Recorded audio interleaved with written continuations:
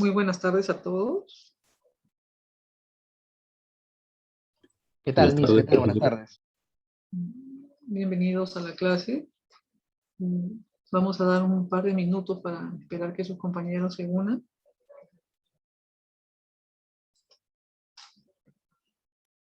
Muy buenas tardes a todos nuevamente. Bienvenidos a la clase. Y lo primero que quería comentarles es que el día de hoy les he enviado un mensaje.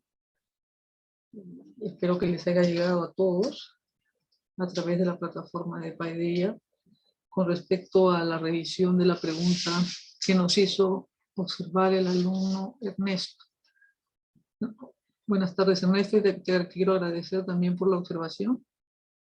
Ya la pregunta ha sido revisada y se han considerado dos opciones válidas. Por lo tanto, los alumnos que marcaron como opción correcta la respuesta del país B y C tienen en ambos casos los 2 puntos, ¿no? He revisado en la plataforma y ya está la nueva calificación. ¿Ok? Sí, gracias, profesora. Gracias a ti, Alejandro, que siempre has participado desde el inicio del curso de manera excelente, y esto también es una contribución de tu parte. ¿Ok? Y te felicito por ello. Adelante, alumno Gustavo. Profesora, ¿qué tal? ¿Cómo está, Miss? Buenas tardes. Miss, una consultita. Yo tenía una duda con respecto a una de las preguntas Sí. que se tomó en la evaluación. Me parece que es la pregunta número 8, ¿no? Por números. Ya, ok. Lo voy a precisar. Están. La que dice sobre la interpretación de tratados, de los tratados y los órganos jurisdiccionales de organizaciones internacionales. ¿Es falso que? Y bueno,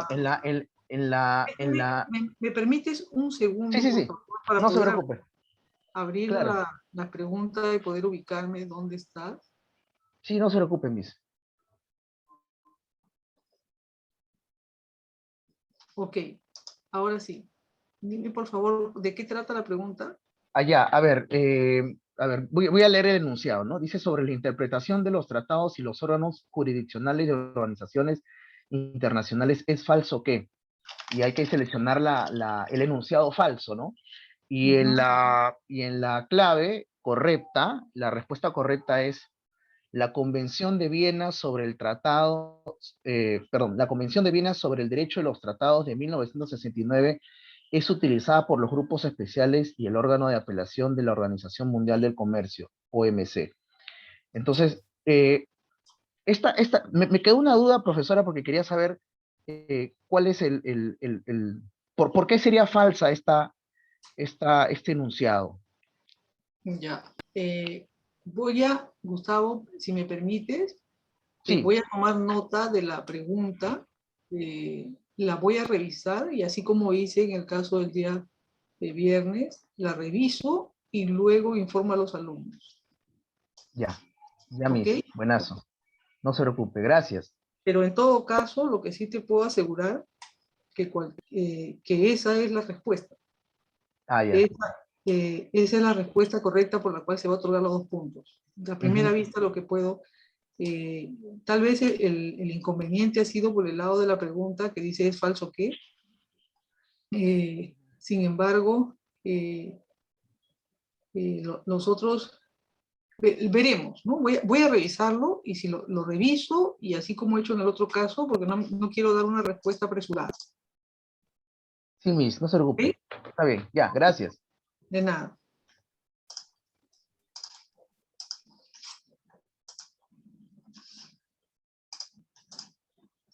Muy bien. Entonces, el día de hoy el tema que vamos a abordar es sobre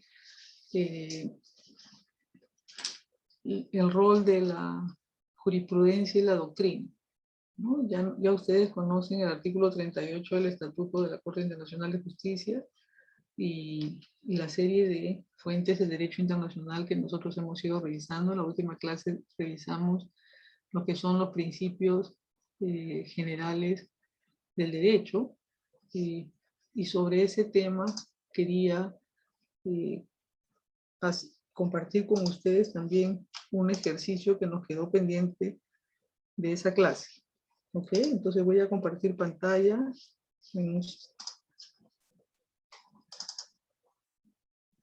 Me informan, por favor, si pueden visualizar la pregunta en Menti. Sí se puede, profesora. Ok.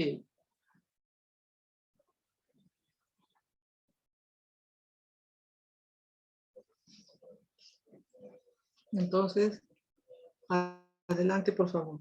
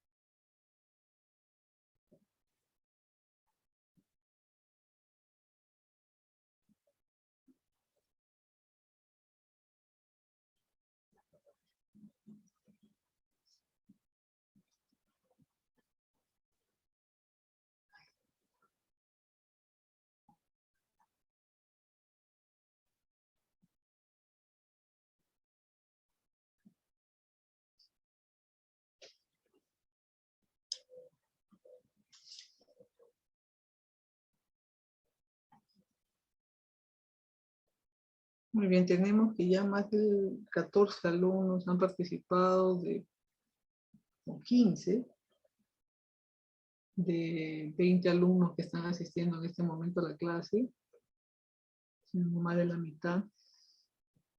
Les agradezco mucho sus intervenciones, y también es un grato ver que la mayoría, bueno, tenemos ahora el 100% de participación en la pregunta, y veo una abrumadora mayoría que ha marcado esto como falso, ¿no? Y esa es la respuesta correcta.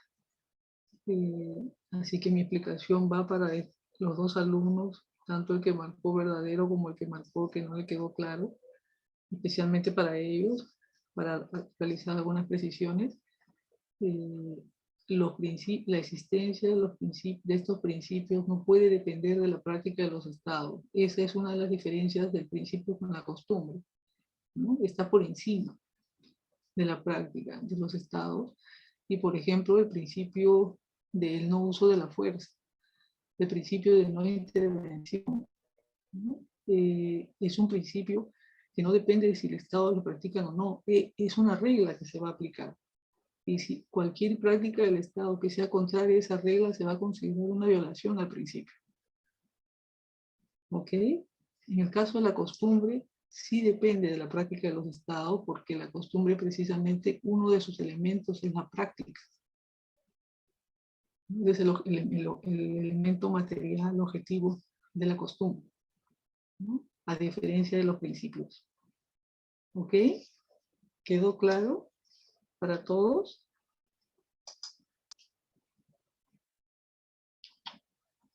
Ahora,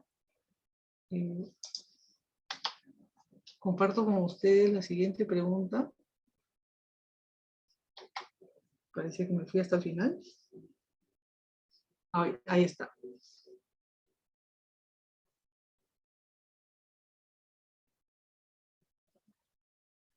Adelante.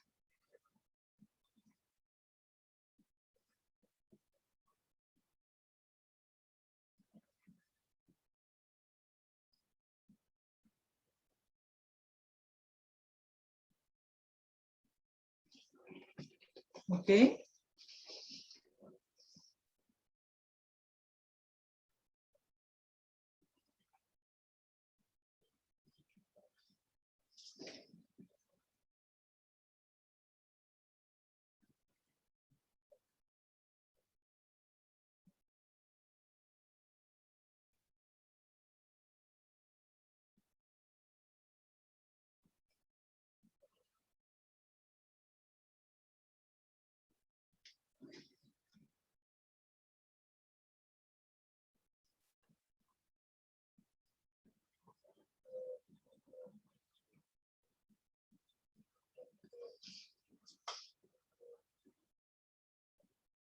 Ok, ahora tenemos 23 alumnos asistiendo a la clase.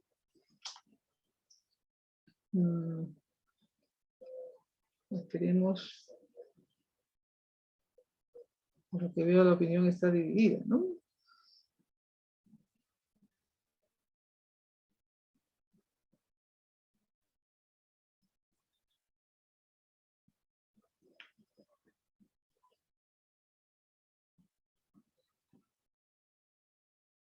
Muy bien, tenemos 21 alumnos que han respondido el ejercicio y la mayoría ha marcado con esta respuesta como, esta afirmación como falsa.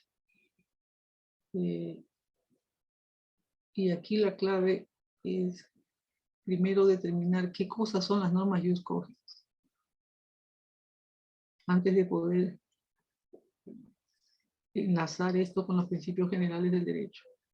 ¿Cuáles son las normas jus cogens? Ya nosotros lo hemos visto desde las primeras clases. ¿Alguien me puede ayudar explicando qué son las normas jus cogens o las normas imperativas del derecho?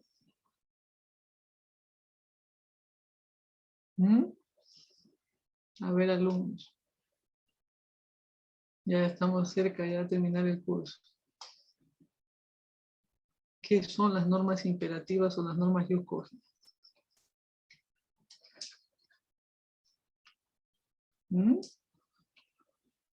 Ninguno. A ver, tengo una participación en el chat.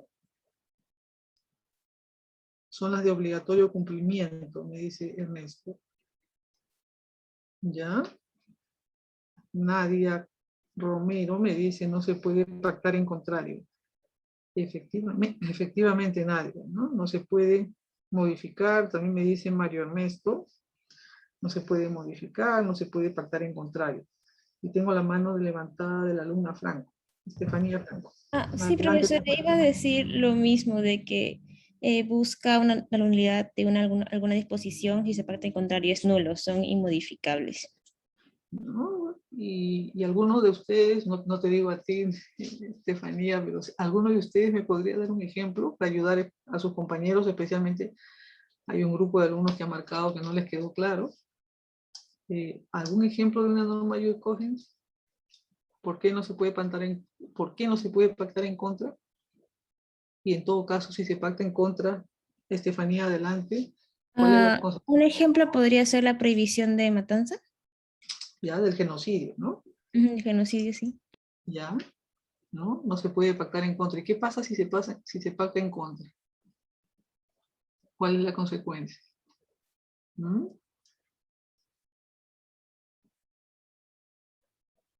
Creo que ¿Alguno? se declara en nulidad. Exactamente, gracias Cristian. ¿No? La Convención de Viena sanciona con nulidad cualquier pacto que pueda ir en contra de una norma jus cogens precisamente por el contenido de estas normas. ¿Ok? Ahora, con este recordatorio que tenemos de las normas jus cogens, que ya, repito, lo hemos visto en el curso, ahora quiero que por favor me digan si estas normas solamente pueden estar incorporadas en principios.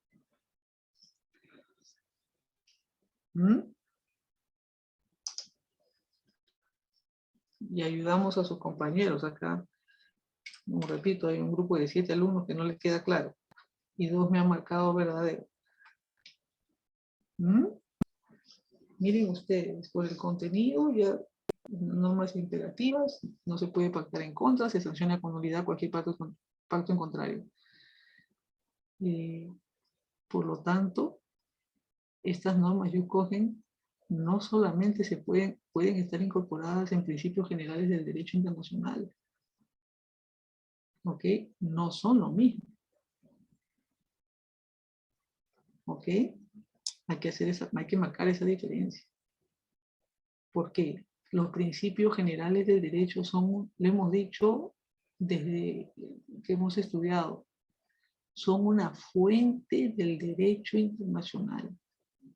Las normas jus cogens no lo son, sino que son normas, repito, que por su contenido son consideradas normas imperativas.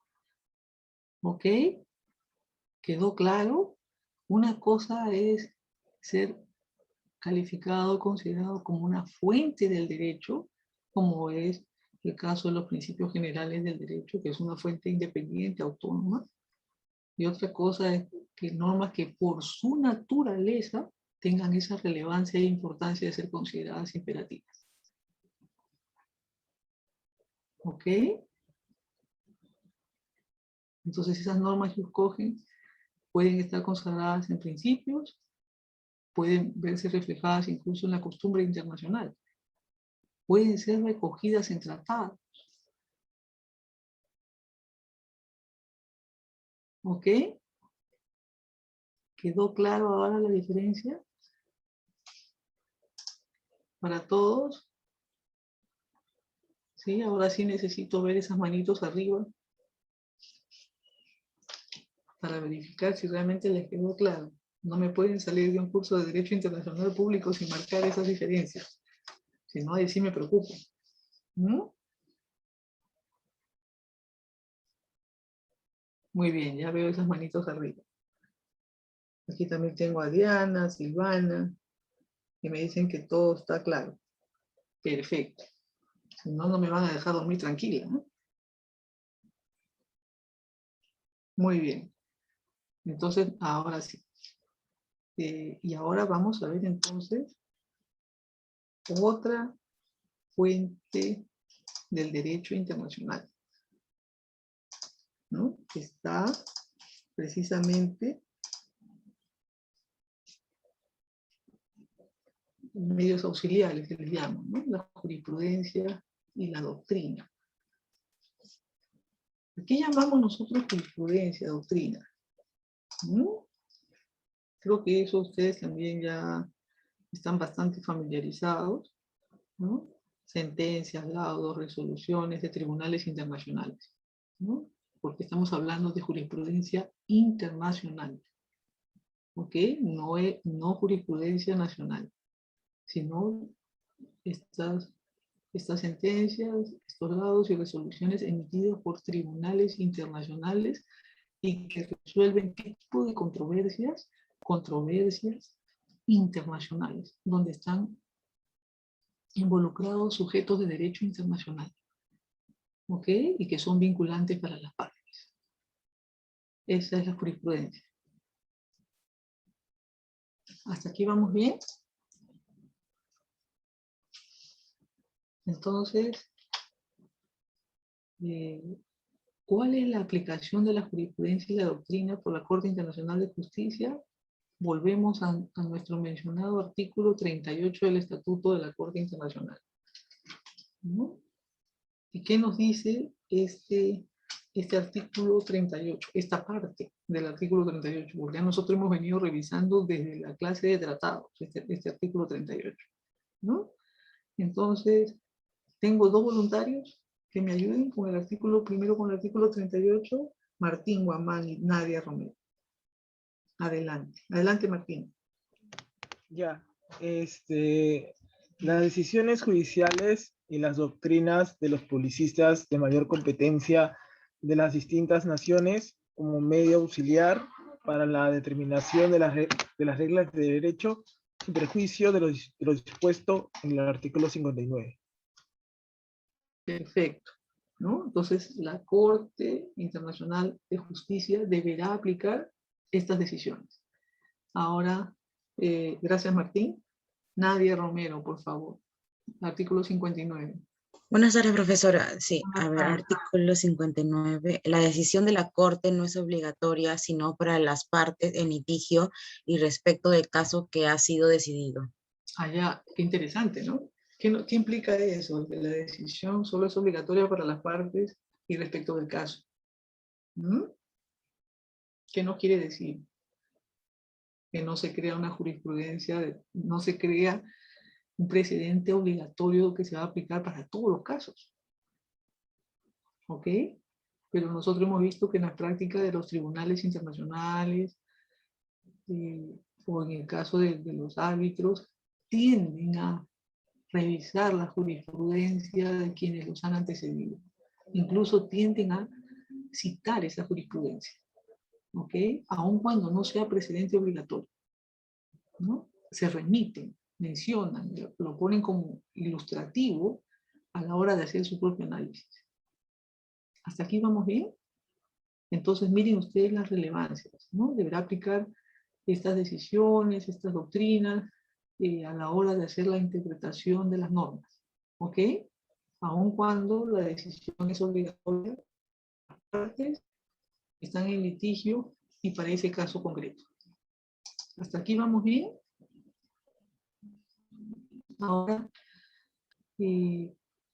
los tribunales de justicia, los tribunales internacionales tienen un rol, ¿no? Y sin lugar a dudas, porque, Martín, adelante, tienes la mano levantada. Oh, disculpe. Ok.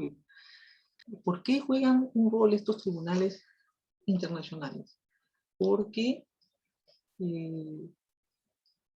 son los encargados de interpretar estos acuerdos internacionales. Nosotros hemos aprendido en una de las clases cuáles son las reglas de interpretación. ¿Quiénes son los que van a aplicar esas reglas de interpretación? Precisamente los tribunales internacionales. ¿Ok? Entonces, ¿cuál es el rol que juegan? Nosotros vemos la jurisprudencia de la Corte Internacional de Justicia con respecto a este rol y podemos observar qué es lo que se reconoce cuando incluso se cuestiona el rol de los tribunales internacionales. ¿Por qué en algunos casos se cuestiona el rol de los tribunales internacionales? Nosotros ya hemos visto el caso del activismo, de cortes de tribunales internacionales que son acusadas de ser activistas por llenar los vacíos de los tratados, ¿no? O por hacer incluso interpretaciones que algunos estados consideran que van más allá de las obligaciones que ellos han asumido. ¿Ok? Y entonces consideran que en lugar de interpretar las cortes lo que están haciendo es legislar, ¿no? Y esta crítica que se ha dado para algunos tribunales, lo hemos visto las críticas en el caso de la comunidad andina, en el caso del Mercosur, en el caso de la Unión Europea, del tribunal también, hemos visto incluso un caso concreto de la Unión Europea sobre cómo se le acusaba al Tribunal de Justicia de la Unión Europea del activismo judicial. Sin embargo, estos son los tribunales que tienen a su cargo decidir en caso de disputa entre los estados parte de estos acuerdos y decidir sobre la interpretación de la norma, la aplicación de la norma en este caso concreto y si el país o el estado miembro ha infringido o no el acuerdo. ¿Ok? ¿Hasta aquí vamos bien? ¿Se va entendiendo? ¿Sí?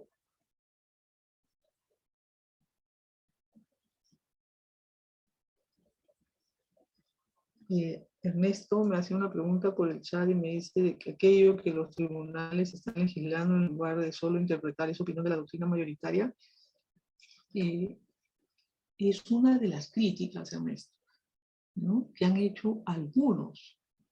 Y no solamente estamos hablando de doctrina, Ernesto, sino también de los propios estados que han criticado a los tribunales por exceder o por ir más allá de la interpretación del texto de la norma. Entonces, no es que hablemos de una opinión mayoritaria de la doctrina en ese sentido, sino que hemos observado la crítica y la oposición por parte de algunos estados en algunos acuerdos internacionales y la crítica de la doctrina ha venido en casos puntuales, ¿no? Cuando se ha presentado la oportunidad de algunos conceptos que han incorporado algunos tratados, conceptos que han quedado, que no han sido definidos por el tratado y donde han entrado los tribunales a definirlos. Uno de esos conceptos lo hemos revisado nosotros en clase a propósito de la fórmula Dasonville que desarrolló el Tribunal de Justicia de la Unión Europea y la interpretación que dio al concepto de medida de efecto equivalente. a las restricciones cuantitativas, ¿no? Sabemos que es una restricción cuantitativa, pero el concepto de medida de efecto equivalente a estas restricciones, eso es algo que le tocó definir al tribunal. Y ahí vino la crítica de la doctrina, y también la crítica de los estados, por la amplitud de la fórmula.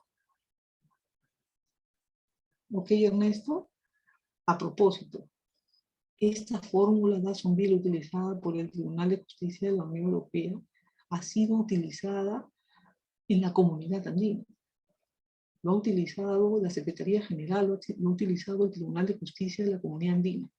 Y hemos observado también las críticas de algunos estados en casos puntuales cuando ha habido esta aplicación.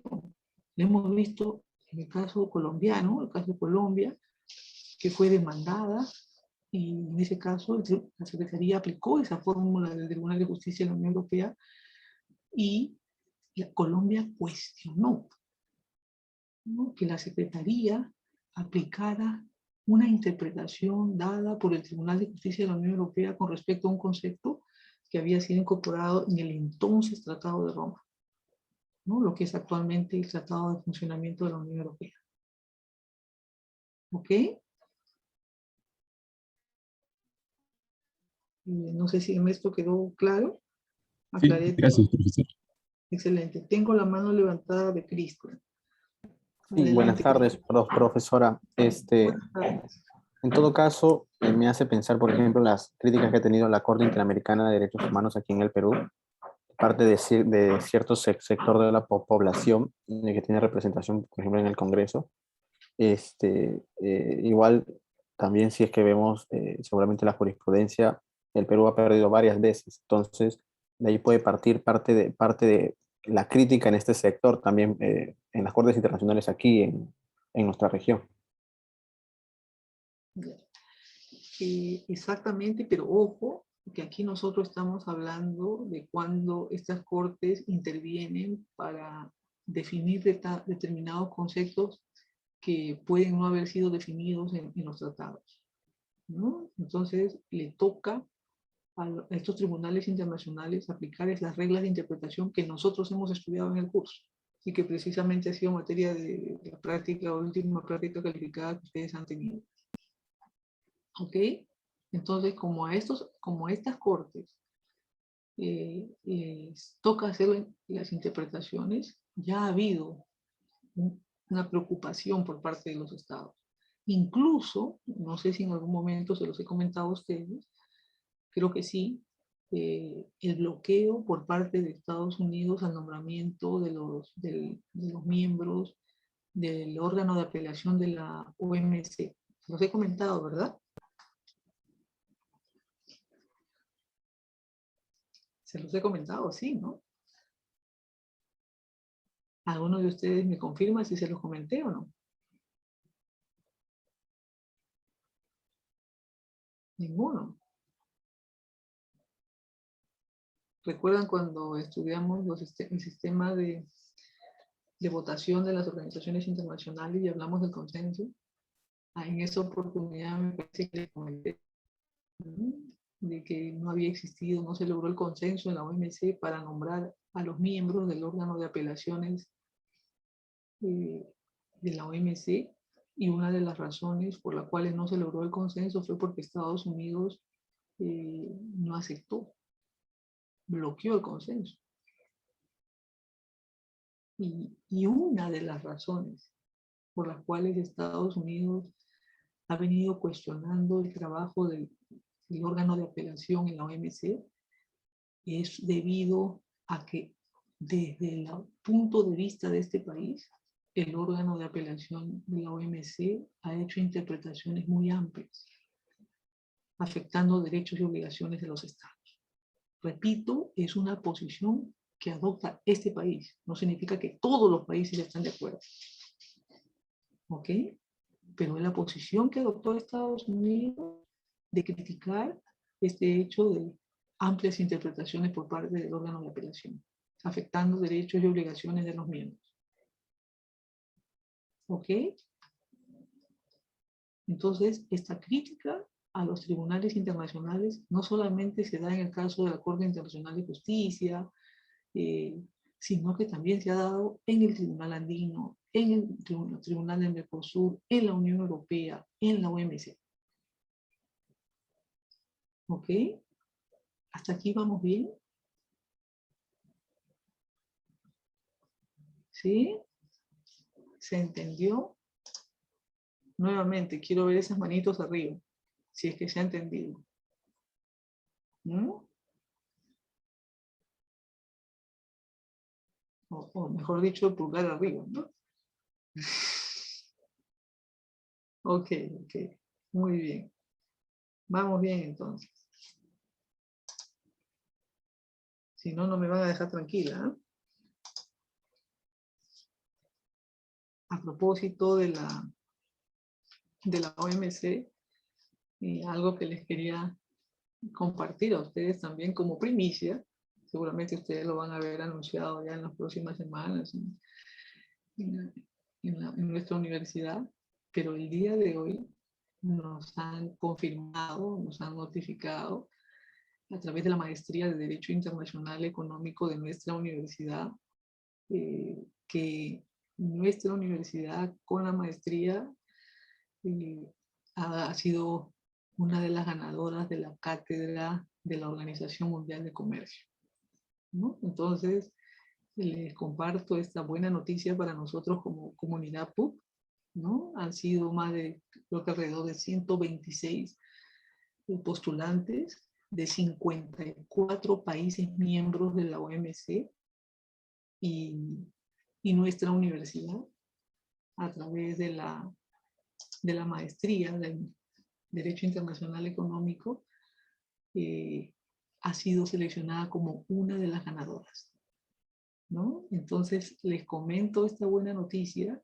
Esta cátedra OMC lo que hace es otorgar apoyo a las universidades de países en desarrollo para realizar actividades de investigación, de capacitación, publicaciones, eventos, una serie de actividades académicas. Vamos a contar con el apoyo de la Organización Mundial del Comercio.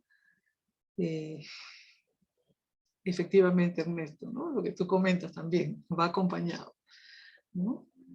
Y nosotros desde la maestría de Derecho Internacional Económico, donde su querida profesora también participa, vamos entonces a trabajar para sacar una serie de proyectos, actividades, y espero verlos, por lo menos algunos de ustedes también participando en estos eventos, porque vamos a hacer una serie de concursos y actividades académicas, ¿no? Y yo creo que aquí hay varios de ustedes que han mostrado bastante interés por el tema internacional y que bien podrían involucrarse en estas actividades y concursos que vamos a venir realizando.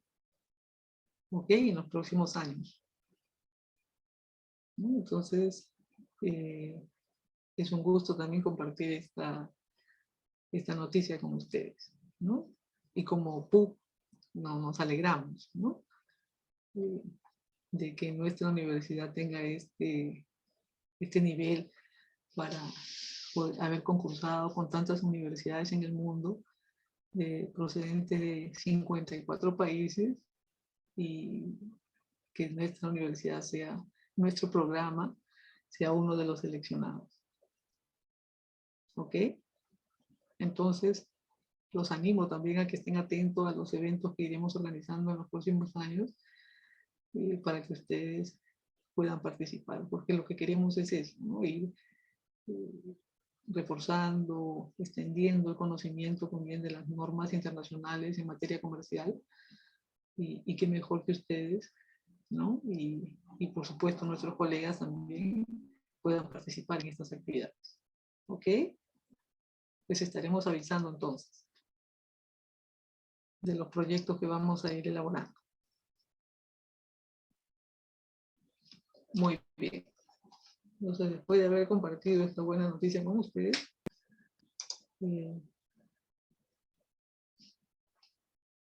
vamos a seguir con nuestro, y vamos a, por supuesto, dentro del proyecto, vamos a contar también con los expertos de la OMC.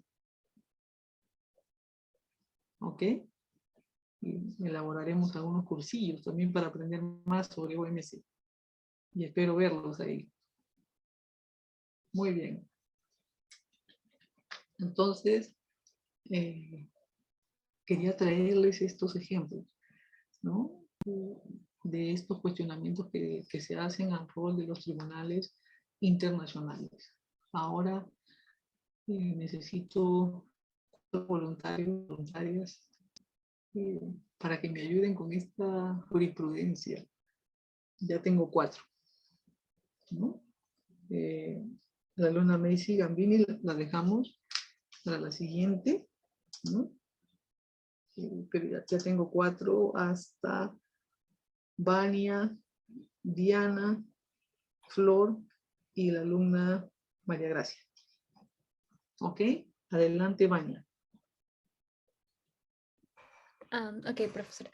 O sea, ¿leo el título o de frente No, el primer párrafo, el primer párrafo.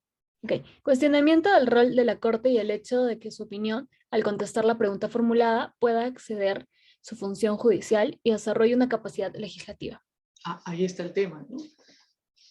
De que vía interpretación se legisla. ¿Ok? Muchas gracias, Vania. Adelante, Diana. Buenas tardes, profesora. Buenas tardes. La Corte Interamericana de Justicia sostuvo que era claro que no podía legislar y que no estaba llamada a hacerlo en el caso. Muchas gracias. Como ustedes pueden observar, ¿no? La Corte tuvo que referirse a ese tema de la legislación y dejó en claro que efectivamente su rol no es legislar, sino debe interpretar. ¿Ok?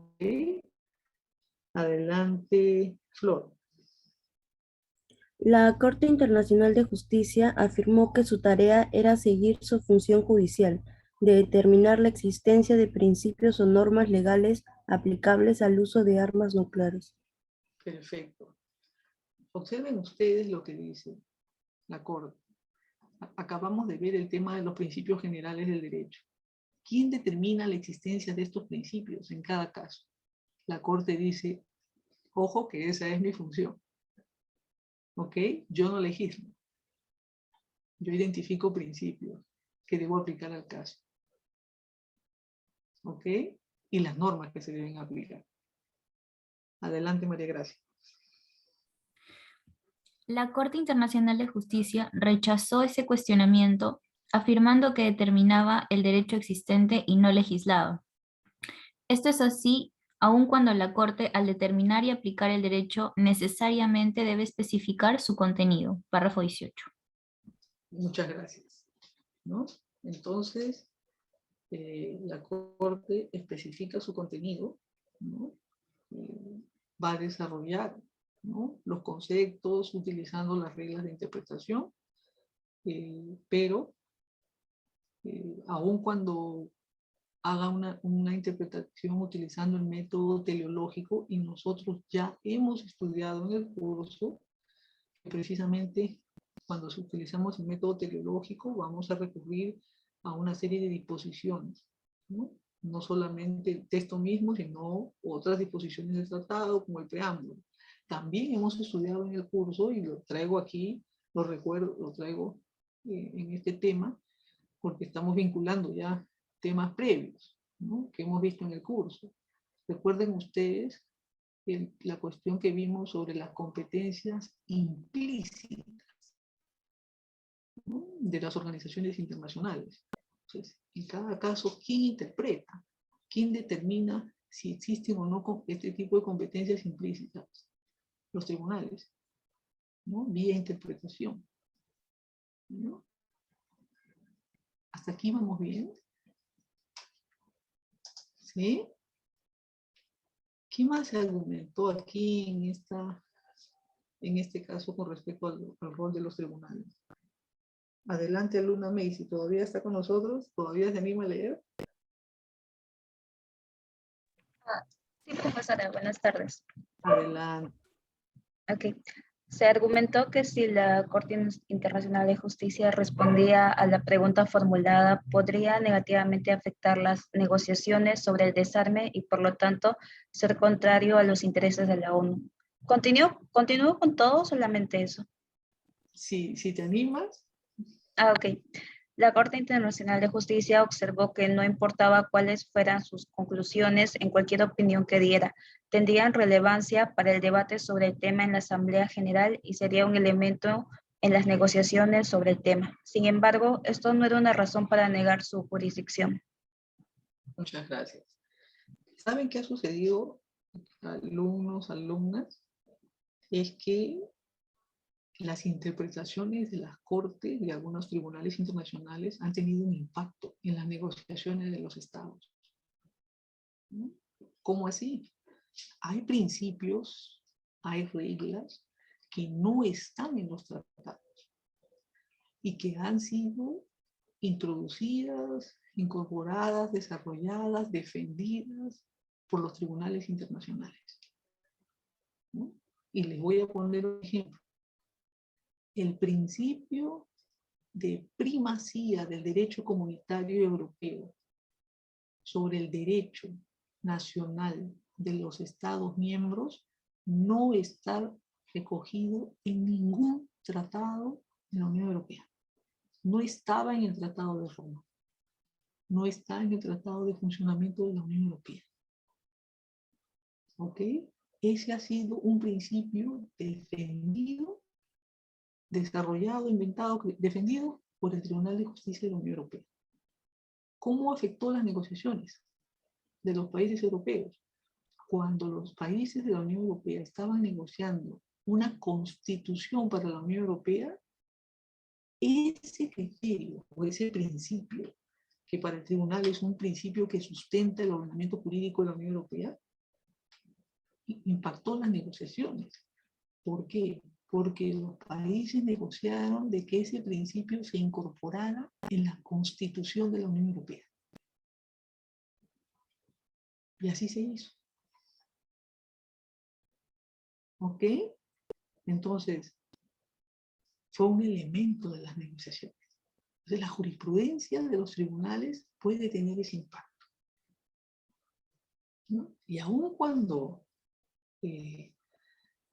no se llegara a negociar un tratado que incorpore un principio, los estados mismos que ya conocen las jurisprudencias tribunales los vienen aplicando y reconociendo. A propósito, este principio de primacía también lo recogió el Tribunal de Justicia de la Comunidad Andina, ¿no? Refiriéndose, invocando la jurisprudencia del Tribunal de Justicia de la Unión Europea. ¿Ok? Entonces, esa es una de las formas. Reglas y principios desarrollados por tribunales que luego los estados negocian. ¿Ok? Para incorporarlos como parte de sus normas. ¿Hasta aquí vamos bien?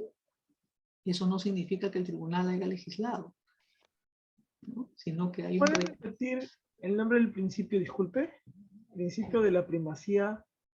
Oh, con mucho gusto, Martín.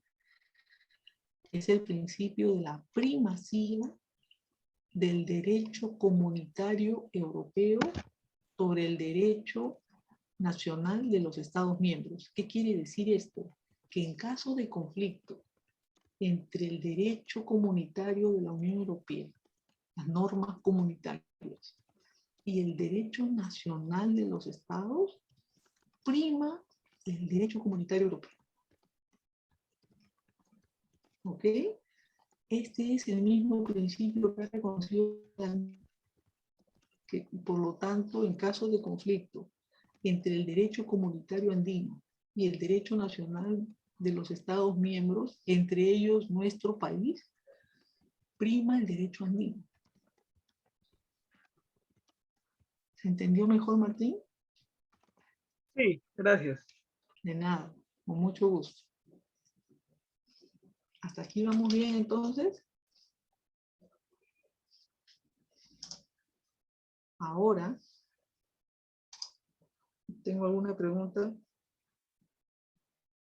Ernesto me pregunta, ¿este principio se deriva de algún otro? Muy buena pregunta, Ernesto, ¿no? Y espero que también te interese por nuestras futuras investigaciones en el tema de derecho internacional, ¿no? Todos ustedes, sería un gusto tenerlos, contar con todos, ¿no? Que el interés de todos. Esa es una excelente pregunta, Ernesto, si se deriva de otro. Efectivamente, ¿no? Como ese principio no está recogido en el derecho, en el Tratado de Roma que creó la Comunidad Europea, y entonces el Tribunal de Justicia de la Unión Europea, vamos a referirle a la Unión Europea, aunque ha sido Comunidad Europea primero y los cambios que han habido, ¿no? El Tribunal de Justicia de la Unión Europea tuvo que hacer una interpretación. ¿Y qué interpretó el Tribunal de Justicia de la Unión Europea? ¿No?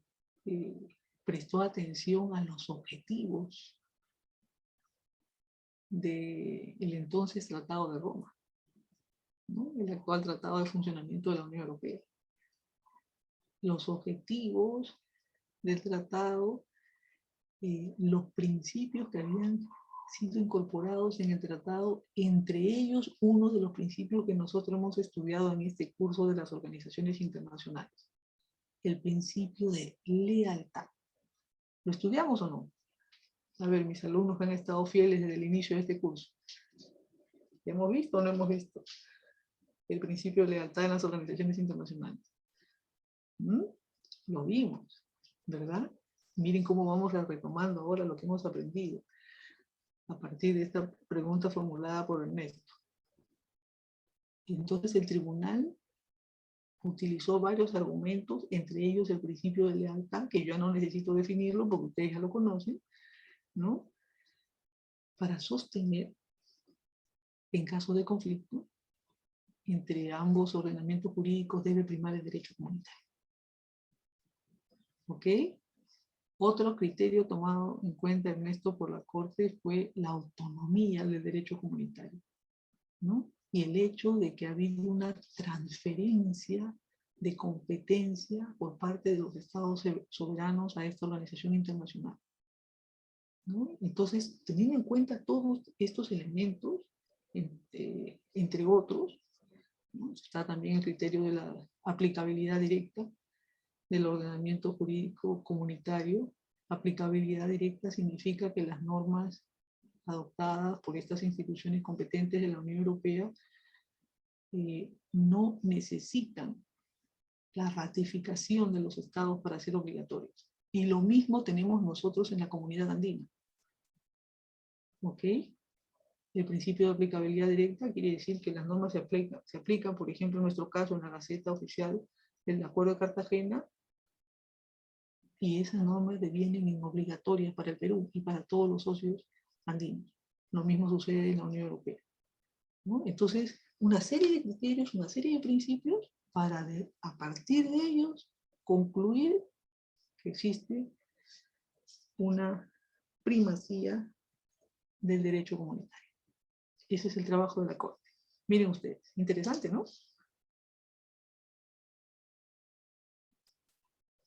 Muy bien. Ahora sí, Ernesto, contesté la pregunta. Sí, profesora, muchas gracias. De nada. ¿Quedó claro para todos? Ahora, como yo sé que ustedes extrañan también los dibujos animados, les gusta, entonces no los puedo dejar a ustedes sin esos dibujitos animados, ¿no? Por lo tanto, vamos a ver qué nos dicen nuestros personajes del curso con respecto al rol de la jurisprudencia internacional. Por favor, ¿me confirman que pueden visualizar el video? Sí se ve, profesora. Excelente. Entonces, vamos con el video.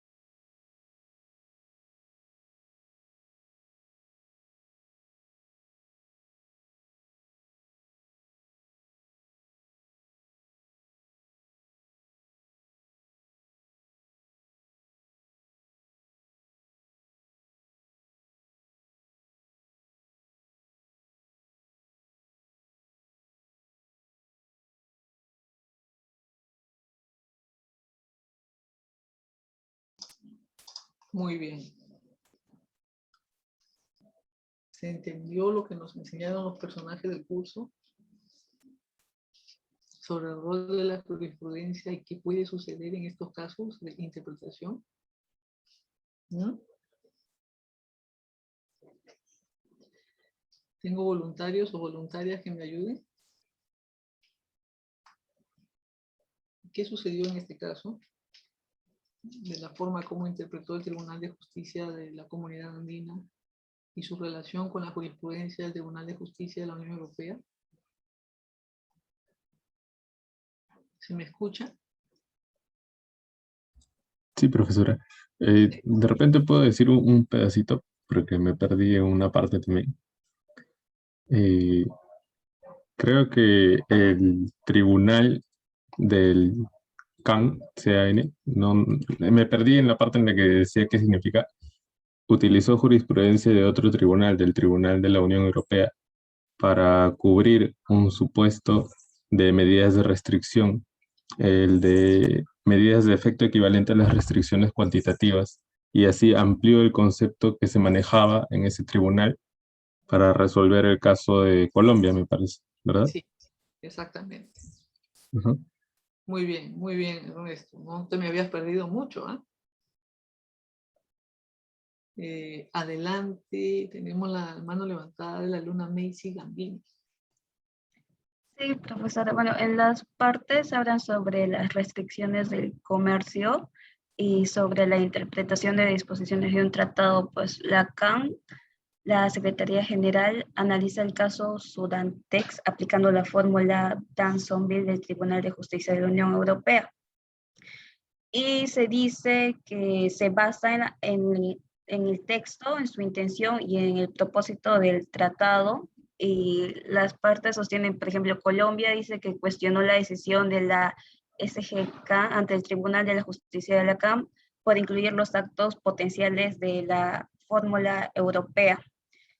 Y el TJK también recurre a la jurisprudencia de TJV, y el TJK también recurre a la misma jurisprudencia, y se incluye el concepto no incorporado por el Acuerdo de Cartagena, y la formulación del TJK ha sido citada, bueno, por varios casos de la CJK. Y esa interpretación ha guiado la calificación de las medidas nacionales como restricción del comercio, y fue ahí cuando se adopta el concepto de restricciones de todo orden también. Básicamente eso. Muy bien. Yo siempre les digo, ¿no? Que los dibujitos animados creo que explican mejor que la profesora, ¿no? Que ya no me dejan trabajo. Ya está todo dicho, ¿no? Muchas gracias, alumna Mace. ¿No? Efectivamente, ¿no? Y acá tengo la siempre constante participación de su compañera Juana Guadalupe a través del chat, donde ella también nos dice que en el caso se menciona que la interpretación del tribunal tomó en cuenta el Tratado de Funcionamiento de la Unión Europea, efectivamente, y también se menciona que el concepto de restricciones de todo orden se amplió. Efectivamente, Juana, ¿no? Muchas gracias por tu participación. Y adelante, Gustavo. Profesora, una consultita. Ahí mencionaron una palabrita que es MERC. ¿Eso es el Mercado Único Europeo de Comercio? No. Es una abreviación que en el mismo diálogo se utiliza sobre medidas de efecto equivalente a las restricciones cuantitativas. Ok, profesora. Gracias. ¿Sí? Entonces, ¿se entendió? Este es un ejemplo interesante que nos ayuda a comprender de qué forma el impacto que puede tener, ¿no? Incorporar interpretaciones de otros tribunales o esta llamada cooperación entre tribunales, donde se utiliza la jurisprudencia de otro tribunal para interpretar los conceptos incorporados en los propios acuerdos internacionales que un tribunal internacional tiene que interpretar. Gustavo, no sé si tienes otra pregunta, veo tu mano levantada. Perdón, profesor, disculpe, se quedó levantada. No hay problema, ¿no? Entonces, su compañera lo ha resumido muy bien, su compañera Macy. no hay en el Acuerdo de Cartagena no se incorporó el concepto de medida de efecto equivalente a las restricciones cuantitativas. El concepto sí está en el Tratado de Funcionamiento de la Unión Europea. No obstante, el Tribunal de Justicia de la Unión, el Tribunal de Justicia de la Comunidad Andina utiliza el concepto de medida, la interpretación que el Tribunal de Justicia de la Unión Europea dio al concepto de medida de efecto equivalente y la traslada para interpretar el concepto de restricciones de todo orden en el Acuerdo de Cartagena. Ahora, con este juego de palabras que acabamos de tener, necesito esas manitos arriba, que me digan si se entendió o no. ¿Mm? O mejor dicho, pulgares arriba. ¿Mm? Profesora, lo de restricción a todo orden, o sea, ¿ahora forma parte del Acuerdo de Cartagena o es respecto a lo que el Tribunal de Justicia de la Cándido interpretó debido a que usó el mecanismo europeo? Eso no entendí bien. El concepto de restricciones de todo orden está en el Acuerdo de Cartagena. ¿Sabes por qué? El artículo 70, si tú revisas el artículo 72 y 73 del Acuerdo de Cartagena, llama a los estados, obliga a los estados a eliminar las restricciones de todo orden. Ese es el concepto. ¿No?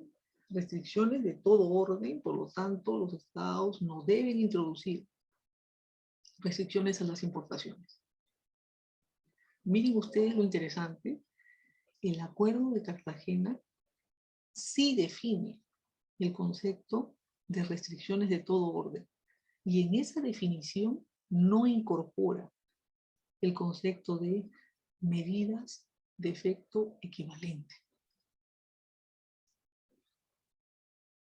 A diferencia de lo que sucede con el Tratado de Roma, que sí lo incorporó. Sin embargo, Martín, vía interpretación y vía referencia a esta jurisprudencia del Tribunal de Justicia de la Unión Europea, el Tribunal Andino, y en consecuencia la Secretaría General siguiendo al Tribunal, ¿verdad? Interpretan que las restricciones de todo orden incluyen a las medidas de efecto equivalente.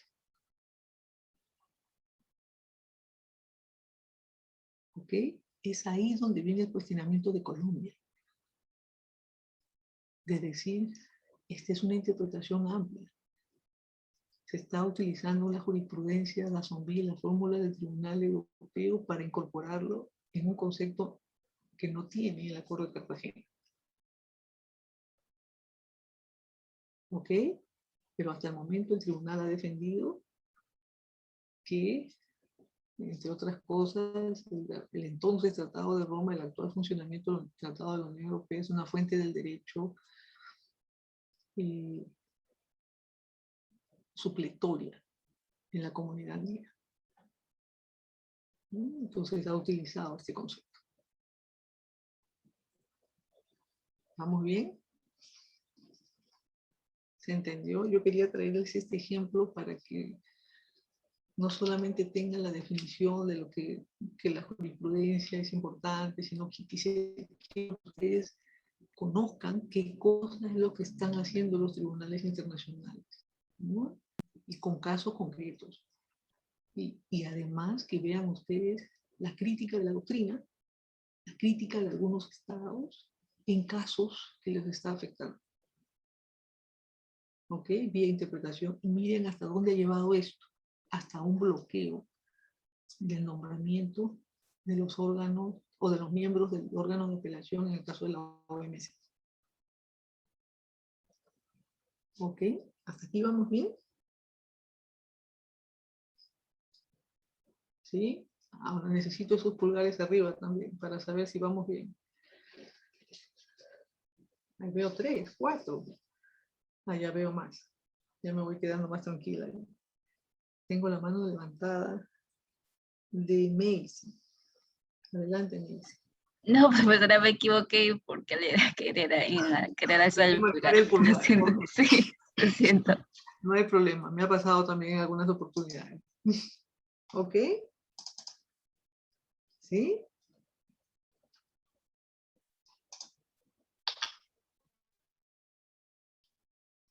Y creo que ya nosotros hemos hablado en algún momento de esta especie de diálogo silencioso entre órganos de solución de controversias internacionales, ¿no? Ya lo he mencionado en alguna oportunidad cuando hablamos de las reglas de interpretación, ¿no? Aún lo que sostiene, por ejemplo, este colega, ¿verdad? Con respecto al trabajo que ha venido haciendo el Tribunal de Justicia de la Unión Europea.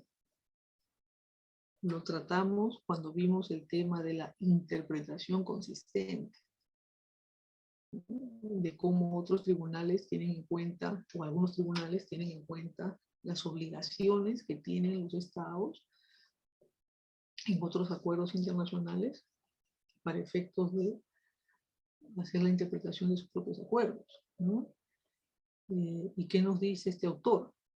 ¿No? Nos dice que a pesar que estos tribunales europeos no invocan directamente la jurisprudencia o los informes emitidos en la OMC cuando interpretan el derecho europeo, ¿no? Estos tribunales están influenciados por estos informes, ¿no? Y aunque sea de manera implícita, buscan evitar la inconsistencia entre ambos ordenamientos jurídicos. Eso es lo que nosotros pensábamos hace un buen tiempo en el tema de interpretación consistente. ¿Ok?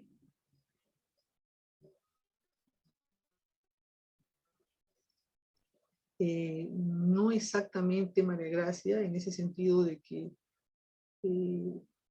toma en cuenta una interpretación ajena, pero no la cita para evitar crear conflictos.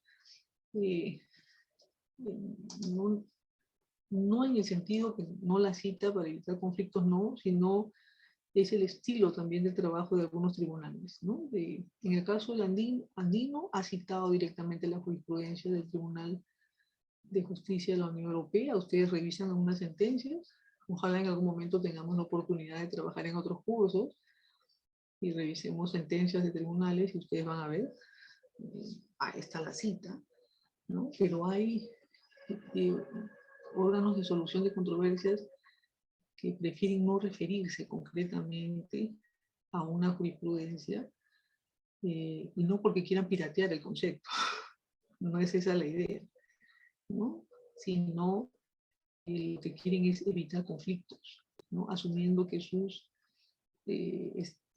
los Estados miembros de sus propias organizaciones también tienen obligaciones internacionales en otras organizaciones, y por eso es que toman en cuenta estas interpretaciones a la hora de interpretar sus propias normas. Y les puse en ese momento esta práctica del cero en el caso de antidumping, ¿no? Que fue considerada como una violación en la OMC por el órgano de apelación. Y si bien el Tribunal de Justicia de la Unión Europea no revisó el acuerdo OMC en este tema, no es que ustedes vean ahí y vean que hay un análisis de los acuerdos OMC, se observa, ¿no? La investigación formulada por este colega, ¿no? Que observó que la interpretación del Tribunal de Justicia de la Unión Europea sí estaba influenciada por el hecho de que en los informes de la OMC se consideraba como ilegal esta práctica, ¿no? ¿Ok? Entonces, puede haber un diálogo silencioso como lo afirma este colega, pero también puede haber un diálogo más abierto entre tribunales, como es el caso del Tribunal de Justicia de la Comunidad Andina, ¿no? Que directamente cita la jurisprudencia del Tribunal de Justicia de la Unión Europea. ¿Ok? Ahora, ¿cuál es el reconocimiento que se hace de esta jurisprudencia? ¿Qué nos dicen los propios tribunales? Tengo algún voluntario o voluntaria que lea esto. A Cristian, adelante, Cristian. Sí, dice Tribunal de Justicia de Lacan. La jurisprudencia, aunque no tiene un valor vinculante general, pero sí particular en la aplicación del derecho comunitario, sí sirve de instrumento guía u orientación para su desarrollo. Perfecto. Entonces, ¿no? Hay un valor que se le da a esta jurisprudencia, ¿no? A pesar que se reconoce que no es un precedente obligatorio, sirve para interpretar. Nosotros acabamos de ver el ejemplo de Lacan y de la Unión Europea. ¿Qué más nos dice el tribunal? ¿Tengo otro voluntario o voluntaria? Adelante, Flor. La jurisprudencia del Tribunal Andino constituye una fuente indirecta del derecho comunitario, pues ella, a más de aclarar los conceptos sobre ciertas normas, sienta principios jurídicos que van constituyendo reglas básicas de derecho de su región. Muchas gracias, Flor. Miren ustedes, la jurisprudencia sienta principios y efectivamente lo acabamos nosotros de estudiar con el principio de primacía del derecho comunitario, ¿no? Han sido los tribunales los que definen este principio y los estados lo han tenido que aceptar. ¿Ok? De que en caso de conflicto entre derecho comunitario y derecho nacional prima el primero, ¿no? Entonces, principio defendido sistemáticamente en los casos en los cuales estos tribunales han tenido la oportunidad de pronunciarse sobre este tema. ¿Sí? ¿Hasta aquí vamos bien? Ahora, la pregunta es, ¿por qué? ¿Por qué nosotros tenemos esta situación en la cual algunos tribunales recurren a la jurisprudencia de otros tribunales? ¿Cuál es la razón? ¿No? Y aquí nosotros tenemos el caso que nos toca de cerca, que es el Tribunal de Justicia de Lacan, y preguntarnos de por qué el Tribunal Andino recurre a la jurisprudencia del Tribunal de Justicia de la Unión Europea, ¿no? Tenemos algunos argumentos esgrimidos por el Tribunal que nos permitirían entender el por qué se recurre a esta jurisprudencia, ¿no? Por ejemplo, la interpretación de este concepto de restricciones de todo orden, en el caso de las restricciones al comercio, ¿no? ¿Qué nos dicen? Miren ustedes la resolución de la Secretaría. Nos dice que el Tratado de Roma es una fuente de inspiración de los artículos 72 y 73 del acuerdo. Estos artículos precisamente regulan el tema de las restricciones de todo orden, ¿no? El tribunal nos dice es una valiosa fuente supletoria del derecho. La Secretaría nos dice, bueno, esta fórmula del Tribunal Europeo es necesaria para construir que el mercado común andino, ¿no? Y además, otro de los argumentos es que el acuerdo no incluyó las medidas de efecto equivalente a las restricciones cuantitativas. El Tratado de Roma sí, ¿no? Entonces, estas son algunas de las razones por las cuales vemos esta cooperación entre tribunales, ¿no? O las mismas instituciones tratan de explicar esta recurrencia. Ahora necesito 3 voluntarios o voluntarias que me ayuden con este caso en la OMC.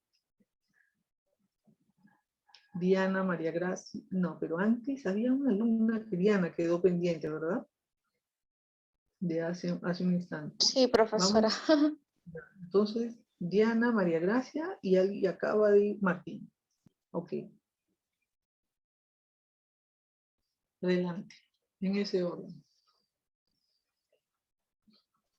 Ok.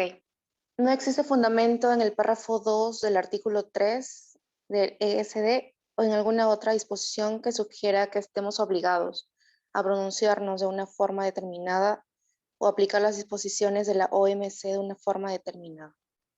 Muchas gracias. La ESD es el entendimiento de solución de diferencias, que es precisamente el acuerdo que regula todo el procedimiento de solución de controversias en la OMC. ¿Ok?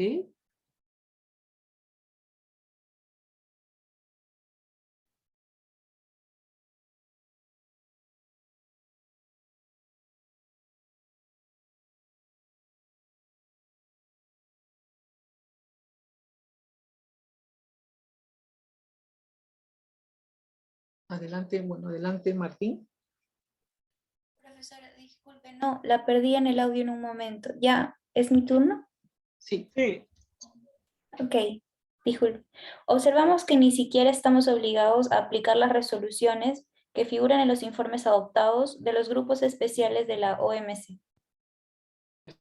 Sí, adelante Martín. Por lo que no vemos absolutamente ninguna razón por la cual estaríamos obligados a aplicar las resoluciones de órganos de solución de diferencias Ajenos a la OMC, ¿verdad? Muy bien, gracias Martín. Entonces, no hay precedente obligatorio tampoco en la OMC, no hay obligación de aplicar los informes, menos aún va a existir obligación de aplicar la jurisprudencia de otros tribunales internacionales. Es eso lo que nos están diciendo. ¿Ok? Pueden decidir hacerlo si así lo consideran. ¿Qué sucede en el caso del Mercosur? Otro ejemplo de cómo actúan los tribunales internacionales. Miren ustedes de cómo se usa la jurisprudencia de otro tribunal para interpretar normas en el Mercosur. Este caso también tiene que ver con el tema de interpretación de tratados, ¿no? Existe el principio de libre circulación de mercancías en el Mercosur. Existe una lista de excepciones a los cuales los estados pueden recurrir en caso de necesidad de proteger el interés público nacional, por ejemplo, la salud de las personas, ¿no? Para efectos de introducir una restricción. Sin embargo, en el caso del Mercosur, si bien existe la lista de posibles excepciones que se pueden invocar, no existen criterios establecidos por el propio tratado o condiciones establecidas por el propio tratado para efectos de la aplicación de estas excepciones. ¿Hasta aquí me siguen, alumnos? ¿Vamos bien?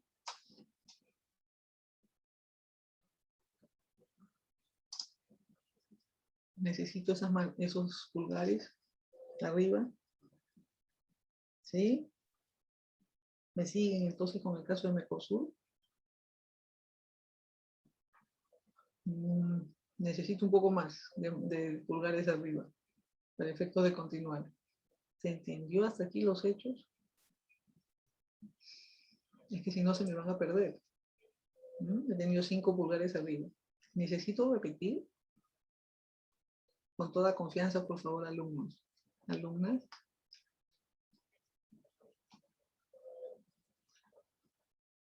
¿Vamos bien entonces?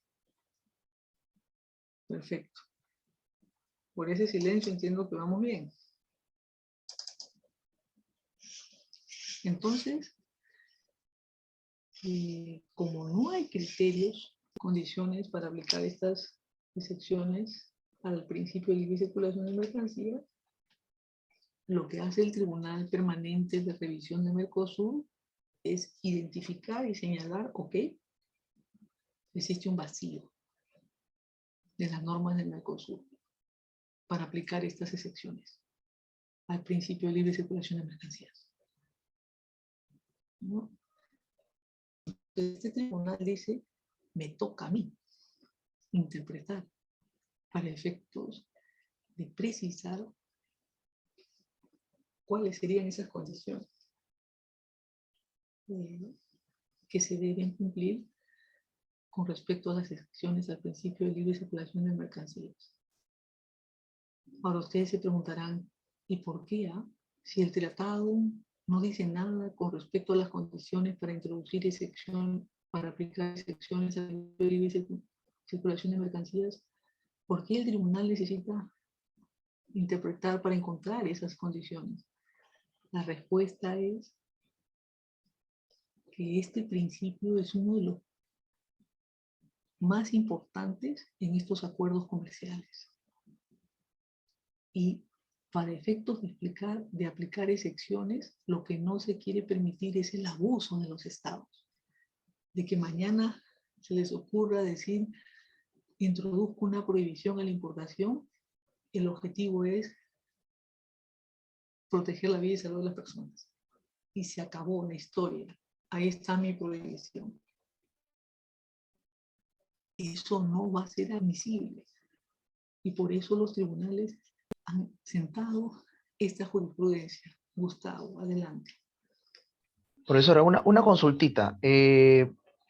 Pero al Mercosur o al Tribunal del Mercosur no le bastó o no le pareció tal vez suficiente usar los criterios de excepción que utiliza la GATT, porque también tiene un esquema de excepciones, ¿no? El artículo 20 del GATT. Ajá, claro. Y te refieres concretamente al preámbulo del artículo 20 del GATT. En realidad no recuerdo si es el preámbulo, pero sí sé que hay un esquema. El artículo 20 establece un conjunto de excepciones en materia de salubridad, seguridad nacional, en materia de medio ambiente, ¿no? Salud, ¿no? Etcétera. Mira, Gustavo, esa es una pregunta también interesante. Y la misma pregunta nos podremos formular a nosotros. ¿Cómo es que el Tribunal Andino recurre más a la jurisprudencia del Tribunal de Justicia de la Unión Europea y no a tanto la jurisprudencia del GATT o del OMC para efectos de la definición de este principio? Pero en este caso, ambos, el Tribunal Andino y el Tribunal Permanente de Revisión del Mercosur o los tribunales arbitrales en el Mercosur han mostrado una preferencia, digamos, por invocar la jurisprudencia del Tribunal de Justicia de la Unión Europea, ¿no? Acabamos de ver nosotros las razones por las cuales el Tribunal Andino opta por la jurisprudencia, vamos a revisar, opta por la jurisprudencia del Tribunal de Justicia de la Unión Europea, ¿no? En el caso de Mercosur, lo mismo, ¿no? Y debemos decir algo, que el Tribunal de Justicia de la Unión Europea goza de un considerable prestigio. Mucho respeto hacia el tribunal entre los mismos miembros de la Unión Europea por el desarrollo del tribunal, las interpretaciones que ha realizado, y en América Latina, ¿no? Se reconoce que el Tribunal de Justicia de la Unión Europea ha desarrollado una serie de principios que han sido claves. Perdón, que han sido claves para el desarrollo del derecho comunitario, ¿no? Ahora, otro elemento a tener en cuenta, Gustavo, es que en el caso de la Unión Europea estamos hablando de un acuerdo regional, al igual que Mercosur y la Comunidad Andina, ¿no? Entonces, y otro tema es que en este caso estamos hablando de un principio, de uno de los principios claves de los mercados comunes, que es el principio de libre circulación de mercancías, ¿no? Y todo parecería indicar que esa es, ¿no? Están entre las razones por las cuales estos tribunales prefieren, ¿no? De alguna manera, la inspiración, ¿no? del Tratado de Roma ha pesado mucho en estos tribunales para optar por esta jurisprudencia, ¿no? Entonces, si tú lees el caso, si tú lees el laudo del Tribunal Permanente de Revisión del Mercosur, vas a observar que el tribunal cita constantemente la jurisprudencia del Tribunal de Justicia de la Unión Europea.